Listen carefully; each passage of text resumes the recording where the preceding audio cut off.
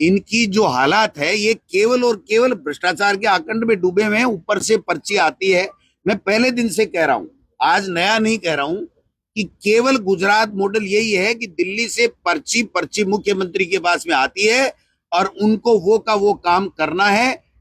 चाहे नियम प्रक्रिया कानून वो जाए भाड़ में, तो पहले तो इन्हीं को भेज देना चाहिए। इनको तो 10,000 भी नहीं देगा कोई। ये कहां से 10,000 दे देंगे? ऐसी बातें करते हैं जो कुत्तों को हंसी आने वाली सी बातें करते हैं। आदमी को तो आए ही आए, कुत्तों को हंसी आने वाली सी बातें करते हैं। क्या करूं इनका, कितने दिन बोलूं इनके, क्या बोलूं। 1 तारीख को केंद्र सरकार का बजट आया। लोगों को उम्मीदें थी कि कहीं न कहीं हमारे जीवन स्तर में सुधार आएगा, गरीब को गरीबी रेखा से नीचे निकलने का मौका मिलेगा, कोई न कोई बजट हमें मिलेगा। बेरोजगार देख रहे थे कि हमें रोजगार अब तो कम से कम 12 साल बाद में तो मिलेगा। महिलाएं ये सोच रही थी कि हमारे खिलाफ जो अत्याचार हो रहे हैं हमारे ऊपर, उनसे कहीं न कहीं मुक्ति के लिए कोई न कोई तो बजट के अंदर दिशा दिखाई जाएगी। राजस्थान के लोग भी ये सोच रहे थे कि इस बजट में हमें कुछ न कुछ एक नई चीज मिलेगी, क्योंकि यहाँ डबल इंजन की सरकारें स्थापित हो गई हैं और देश के प्रधानमंत्री जी ने चुनावों के अंदर वादा किया था कि महंगाई कम करेंगे, 4 लाख सरकारी नौकरियां 5 साल के अंदर हम दे देंगे। और जो कांग्रेस के सरकार के समय जो अच्छी योजनाएं थी जनता को, जिनसे लाभ मिल रहा था, उनको हम बंद नहीं करेंगे और ज्यादा मजबूत करेंगे। तो हमने सोचा कि जो बजट आ रहा है इसमें, केंद्र के बजट में कहीं न कहीं इन चीजों का बजट के अंदर समावेश जरूर होगा। लेकिन अफसोस है कि जो बजट आया है वो पढ़ने वाले के भी समझ में नहीं आया, बनाने वाले के समझ में नहीं आया, और देश की जनता और प्रदेश की जनता के तो समझ में आने का कोई सवाल ही पैदा नहीं होता है। जब मुख्यमंत्री स्वयं 60-60 चक्कर जनता की गाड़ी कमाई के पैसे से चार्टेड प्लेन से दिल्ली जाए, प्रधानमंत्री से बार बार मिले, अमित शाह जी से मिले, अन्य केंद्रीय मंत्रियों से मिले, तो लोगों को लगा था कि पहले 1 साल में मुख्यमंत्री जी अनुभवी नहीं थे, इनकी ज्यादा पैठ नहीं थी केंद्र के अंदर। अब तो कम से कम इनकी पैठ भी हो गई, 60 चक्कर लगा लिए, बार बार पट्टा भेंट करके आए हैं, तो कहीं न कहीं जानकारी बढ़ी होगी और राजस्थान को कुछ न कुछ मिलेगा। आप देख सकते हैं कि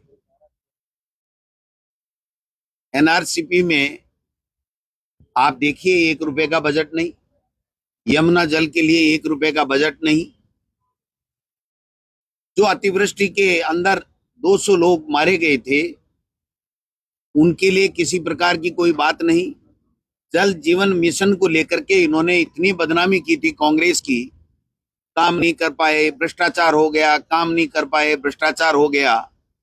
और हमने उस वक्त भी कहा था कि मोदी जी, इसके लिए स्पेशल पैकेज की आवश्यकता है, क्योंकि यहाँ पानी दूर दूर तक नहीं है, रेगिस्तानी इलाका है, हमें जल के लिए स्रोत बनाने पड़ेंगे और इसमें पैसा ज्यादा चाहिए और समय भी चाहिए। लेकिन अब लगा था कि डबल इंजन की सरकार है तो इनको कोई स्पेशल पैकेज मिलेगा। मैं समझता हूं कि हर चीज में निराश हुए हैं हम लोग। बेरोजगार ठगा महसूस कर रहा है, कर्मचारियों ने भी इनकम टैक्स के स्लैब में कुछ मांगा था, आशा थी उनको, लेकिन उनको भी निराशा हाथ लगी। राजस्थान के अंदर बांसवाड़ा में रेल परियोजना की बात कई सालों से उठी है, हमने शुरुआत भी की थी कांग्रेस सरकार के समय, कांग्रेस की सरकार चली गई। आज की तारीख में इस तरह की कोई बात इस बजट में भी उन्होंने नहीं की है। पूरा का पूरा बजट केवल और केवल कुछ उद्योगपतियों के लिए, पूरा का पूरा बजट जहां पर अब चुनाव है वहां पर उनको भ्रमित करने के लिए इस तरीके से सब्जबाग दिखाए गए हैं कि हम आपको पता नहीं क्या क्या दे रहे हैं, देंगे वहां भी कुछ भी नहीं। जैसे आपने देखा होगा कि बिहार के अंदर इन्होंने घोषणा की थी कि हम महिलाओं को 1 लाख रुपए देंगे, एक किस्त देने के बाद में वो योजना इन्होंने बंद कर दी। तो ऐसे में और फिर मुख्यमंत्री जी सूट बूट पहन करके और लिखने के लिए बैठ गए कि राजस्थान का नाम कितनी बार आता है, क्योंकि कल उनको बोलना है। तो मुझे लगा कि वो बोलेंगे कल तो उसके लिए लिख रहे होंगे, लेकिन अफसोस उनका पन्ना फिर हर पिछली साल की तरह खाली रह गया, कुछ नहीं लिख पाए। ये जरूर है कि पिछली बार खाली कॉपी लेकर के बैठे थे, अब की बार 4-5 लाइनें लिख करके बैठे, जिससे कोई फोटो भी अगर जूम करके चली जाए तो ये नहीं लगे कि मुख्यमंत्री जी ने कुछ लिखा ही नहीं। अब आप बताइए, अगर मुख्यमंत्री पेन और पन्ना लेकर के लिखने लगे और 4 लाइन लिखी हुई देखें, आपके पास में उसका वीडियो आए, तो आप क्या समझेंगे? इसका मतलब या तो 4 लाइन की चीजें मिली हैं, उसके बाद में कुछ मिला नहीं है, और या फिर उनको ज्ञान में नहीं है कि आपके पास में कितने अधिकारी हैं, कितने सीएमओ में हैं, कितने सीएमआर में हैं, सैकड़ों सैकड़ों जो है वो आईएएस हैं, आरएस हैं, हजारों की संख्या में आरएस हैं, वो आपको देंगे। और पीडीएफ आती है आजकल, तो जो ही बजट पढ़ा गया, अंग्रेजी और हिंदू में दोनों में पीडीएफ आती है कि आपको क्या मिला, किस सेक्टर में क्या मिला। लेकिन मैंने पूछा किसी नेता से, बीजेपी के नेता से, मैंने कहा ये मुख्यमंत्री जी ऐसे क्यों करते हैं, इनको सलाह कौन देता है? बोले साहब, सलाह की बात नहीं है, हमारे कायदा होता है कि मन की बात हो चाहे बजट पढ़ा जाए, उसको सबको देखना पड़ेगा, उसको समझना पड़ेगा और ध्यान रखना पड़ेगा, और उसकी फोटो बनानी पड़ेगी, और उस फोटो को लेकर के उनको, मोदी जी को और केंद्र में भेजनी पड़ेगी, अमित शाह जी को, नहीं तो इनकी नौकरी खतरे में पड़ जाएगी।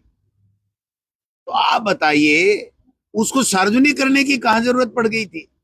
अगर वो फोटो ले लेते, उस फोटो को मोदी जी और अमित शाह जी को भेज देते तो उनकी पर्ची कायम रह जाती। लेकिन जनता हंस रही है, एक ऐसा मुख्यमंत्री जिसके पास में इतना प्रशासनिक अधिकारियों का अमला हो, और वो इस तरीके से भयभीत सा, डरा हुआ सा, पन्ना टेकूं नहीं टेकूं, पेन टेकूं नहीं टेकूं। मैं समझता हूं कि ये हमारे राजस्थान की एक तरीके से गरिमा गिराने वाला है। मोदी जी विदेशों में हमारे देश की गरिमा गिराने का काम कर रहे हैं, और राजस्थान का मुख्यमंत्री पूरे देश में राजस्थान की गरिमा गिराने का काम कर रहा है, और उल्टे दे दिए मंत्रियों को कि जाओ प्रेस कॉन्फ्रेंस करो, सारे जिलों में करो। मैंने पता लगाया 40-41 जिलों के अंदर जब इनको पूछा गया कि आपको क्या मिला, तो बोले 2047 में भारत विकसित हो जाएगा। 2047 में मोदी जी रहेंगे ही नहीं, कहेगा भारत विकसित हो जाएगा। ये जुमले हैं, जुमलों का क्या, 12 साल से देश की जनता जुमले झेल रही है, उनका झूठ झेल रही है, जो एजेंसियां हैं उसका दुरुपयोग झेल रही है, लोकतंत्र 12 साल से कमजोर हो रहा है, वोट का जो अधिकार है वो हमसे छीना जा रहा है, संविधान की धज्जियां उड़ाई जा रही हैं। अब और क्या देखना बाकी रह गया, मेरे समझ से परे है। इसलिए मैं कहना चाहूंगा मुख्यमंत्री जी, कुछ सलाहकार अच्छा सा रख लीजिए। वो सलाहकार कम से कम ये फोटोएं जो आपकी मन की बात देखने की हो, चाहे बजट को आपको देखने की बातें हो, ये फोटोएं वहां तक भेज दे, लेकिन प्रदेश की जनता में नहीं आए, जिससे कम से कम हमें शर्मिंदा नहीं होना पड़े पूरे प्रदेश में कि आपका मुखिया इस तरीके से एक पेन और डायरी लेके बैठा था और कुछ लिख नहीं पाया। राजस्थान को कुछ भी नहीं मिला है, पूरी तरीके से निराश हुआ है राजस्थान। मैं इतना ही कहना चाहूंगा कि आज राजस्थान की विधानसभा में मौका मिलेगा तो मैं भी पूरे 2 साल के इनके कुशासन के ऊपर अपनी बात रखूंगा, देखते हैं क्या होता है। लेकिन राजस्थान बहुत परेशानी में है, राजस्थान के लोग बहुत दुखी हैं, उनके सुनने वाला कोई नहीं है, उनकी जितनी भी समस्याएं हैं उनका समाधान का अंतिम पड़ाव कहाँ है, अंतिम सुनवाई कहाँ होगी, ये नहीं है। कल एक वीडियो देखा मैंने मुख्यमंत्री जी का, वो एक अधिकारी को फटकार रहे थे। मैंने 1 मिनट तो सोचा यार, जोश आया, 2 साल बाद में ही सही, कम से कम करंट तो आया मुख्यमंत्री जी पे। लेकिन वो जो बेचारा परिवादी गया था, वो कह रहा था साहब आपका ही मंत्रालय, आप ही इसके मंत्री हैं, इसलिए आपके मंत्री रहते हुए मेरी ये दुर्दशा हो रही है और मैं बार बार आ रहा हूं, मेरा काम नहीं हो रहा है। और मुख्यमंत्री जी आगे चल दिए। वहां तक भी कोई बात नहीं थी, लेकिन उस वीडियो में मुख्यमंत्री जी की इंसल्ट हो रही है, वो उसको वायरल किसने किया, उसके खिलाफ कम से कम मुख्यमंत्री जी को कार्रवाई करनी चाहिए, ऐसा मेरा मानना है। एक मैं कहना चाह रहा हूं, शिक्षा मंत्री जी ने एक आदेश निकाला है, मैं अंदर भी बोलूंगा। शिक्षकों की ड्यूटी, अध्यापक 9 दिवसीय महायज्ञ व राम कथा का आयोजन कराने में उनकी प्रतिनियुक्ति की जा रही है। 1.5 लाख तो टीचरों की कमी है, परीक्षा 10 दिन बाद में है, और महायज्ञ और राम कथा कराने के लिए टीचर्स की प्रतिनियुक्ति, ये ब्लॉक मुख्य ब्लॉक शिक्षा अधिकारी है नेनवा, जिला बूंदी। तो ये तो पूरे स्टेट में ही हुआ होगा, क्योंकि शिक्षा मंत्री जी को तो ये राम कथा, वो बाबा बेणेश्वर, क्या नाम है उनका, बागेश्वर, जो भी होगा, बेणेश्वर धाम होगा, तो उनकी कथाओं में रुचि है, तो एक पूरे शिक्षा विभाग को कथाओं में लगा दिया। बच्चों की शिक्षा जाए भाड़ में, ऐसा शिक्षा मंत्री न भूतो न भविष्य। तो अगर ये 3 साल और रह गया तो बंटा ढार हो जाएगा सार्वजनिक शिक्षा का और प्रदेश का।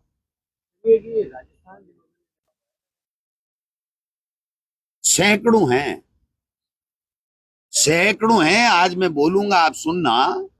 इनकी जो हालात है, ये केवल और केवल भ्रष्टाचार के आकंड में डूबे हुए हैं। ऊपर से पर्ची आती है, मैं पहले दिन से कह रहा हूं, आज नया नहीं कह रहा हूं, कि केवल गुजरात मॉडल यही है कि दिल्ली से पर्ची पर्ची मुख्यमंत्री के पास में आती है और उनको वो का वो काम करना है, चाहे नियम प्रक्रिया कानून वो जाए भाड़ में।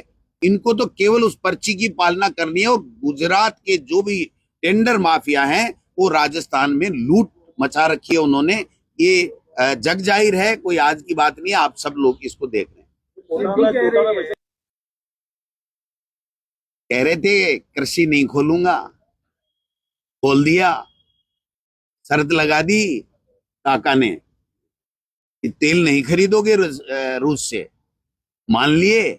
और को क्या क्या हुआ, वो दिल्ली में आपने देखा होगा कि राहुल गांधी जी हमारे नेता कह रहे हैं और वो सामना नहीं कर पा रहे हैं। मैं समझता हूं कि अब धीरे धीरे इतने खुलासे होंगे, इनके इतने खुलासे होंगे कि आने वाले 3 साल बाद में जब आम चुनाव होंगे, ये कहीं दिखाई नहीं देंगे। तो पहले तो इन्हीं को भेज देना चाहिए। इनको तो 10,000 भी नहीं देगा कोई। ये कहां से 10,000 दे देंगे? ऐसी बातें करते हैं जो कुत्तों को हंसी आने वाली सी बातें करते हैं। आदमी को तो आए ही आए, कुत्तों को हंसी आने वाली सी बातें करते हैं। क्या करूं इनका, कितने दिन बोलूं इनके, क्या बोलूं, कोई काम। सर, यूपीए 2 में आरोप लग रहे थे सरकार के ऊपर कि जो इटली की कंपनी है अगस्ता वेस्टलैंड, जो हेलीकॉप्टर की कंपनी है, उस पर भी भ्रष्टाचार किया यूपीए 2 में, लेकिन उसी कंपनी को मोदी सरकार ने वापस से 12। ये बेईमान है, झूठे लोग हैं। झूठे आरोप लगा के दिल्ली में सत्ता लूट ली और झूठे आरोप लगा के यहाँ सत्ता लूट ली। अगर किसी में कोई बात में सत्यता हो तो सामने तो लाओ। 2 साल से तो भों भों भों भों भों भों कर रहे हैं, इसके अलावा तो कुछ कर नहीं रहे। काम की बात बता दीजिए ना, प्रदेश के लिए क्या किया इन्होंने, आप बता दीजिए।